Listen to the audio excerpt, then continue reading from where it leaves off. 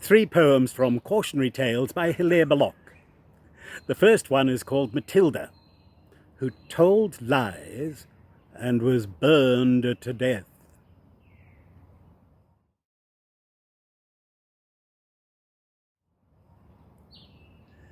Matilda told such dreadful lies, it made one gasp and stretch one's eyes. Her aunt, who from her earliest youth had kept a strict regard for truth, attempted to believe Matilda. The effort very nearly killed her, and would have done so had not she discovered this infirmity. For once, towards the close of day, Matilda, growing tired of play and finding she was left alone, went tiptoe to the telephone and summoned the immediate aid of London's noble fire brigade. Within an hour the gallant band were pouring in on every hand, from Putney, Hackney Downs, and Bow. With courage high and hearts aglow, they galloped roaring through the town. Matilda's house is burning down. Inspired by British cheers and loud proceeding from the frenzied crowd, they ran their ladders through a score of windows on the ballroom floor, and took peculiar pains to souse the pictures up and down the house until Matilda's aunt succeeded in showing them they were not needed. And even then she had to pay to get the men to go away. It happened that a few weeks later her aunt was off to the theatre to see that interesting play, The Second Mrs. Tanqueray. She had refused to take her niece to hear this entertaining piece, a deprivation just and wise to punish her for telling lies. That night a fire did break out. You should have heard Matilda shout, you should have heard her scream and bawl, and throw the window up and call to people passing in the street, the rapidly increasing heat encouraging her to obtain their confidence, but all in vain. For every time she shouted, "Fire!" they only answered, "Little liar."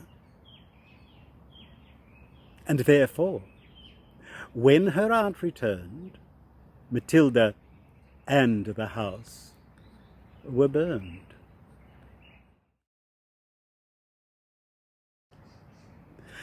The second poem is called Henry King, who chewed bits of string and was early cut off in deadly agonies.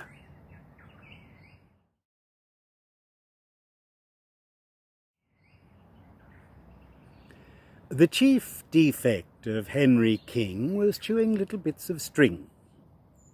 At last he swallowed some which tied itself in ugly knots inside.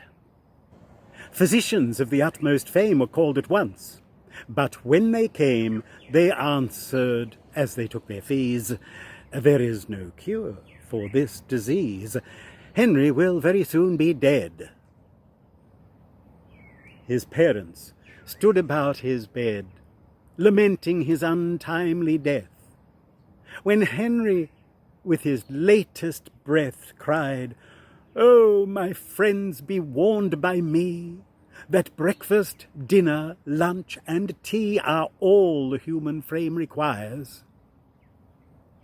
With that, the wretched child expires.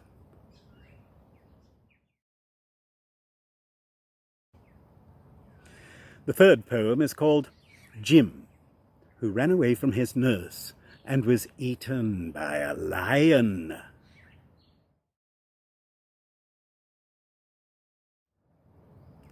There was a boy whose name was Jim.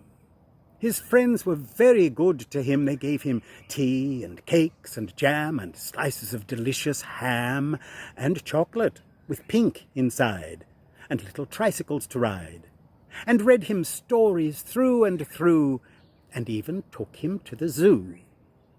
But there it was the dreadful fate befell him, which I now relate.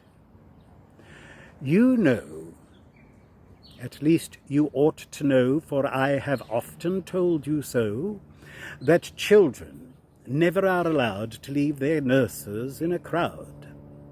Now this was Jim's especial foible. He ran away when he was able.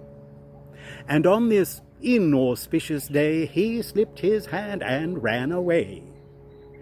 He hadn't gone a yard when bang! With open jaws a lion sprang and hungrily began to eat the boy, beginning at his feet. Now just imagine how it feels when first your toes and then your heels, and then by gradual degrees your shins and ankles, calves and knees are slowly eaten bit by bit. No wonder Jim detested it. No wonder that he shouted, "Hi!"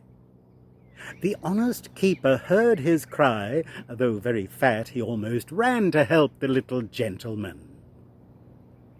"Ponto!" he ordered as he came, for Ponto was the lion's name. "Ponto!" he cried, with angry frown. "Let go, sir! Down, sir! Put it down!" The lion made a sudden stop. He let the dainty morsel drop and slunk reluctant to his cage, snarling with disappointed rage. But when he bent him over Jim, the honest keeper's eyes were dim. The lion having reached his head, the miserable boy was dead. When nurse informed his parents, they were more concerned than I can say. His mother, as she dried her eyes, said, "Well, it gives me no surprise.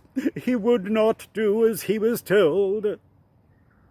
His father, who was self-controlled, bade all the children round attend to James's miserable end, and always keep a hold of nurse, for fear of finding something worse.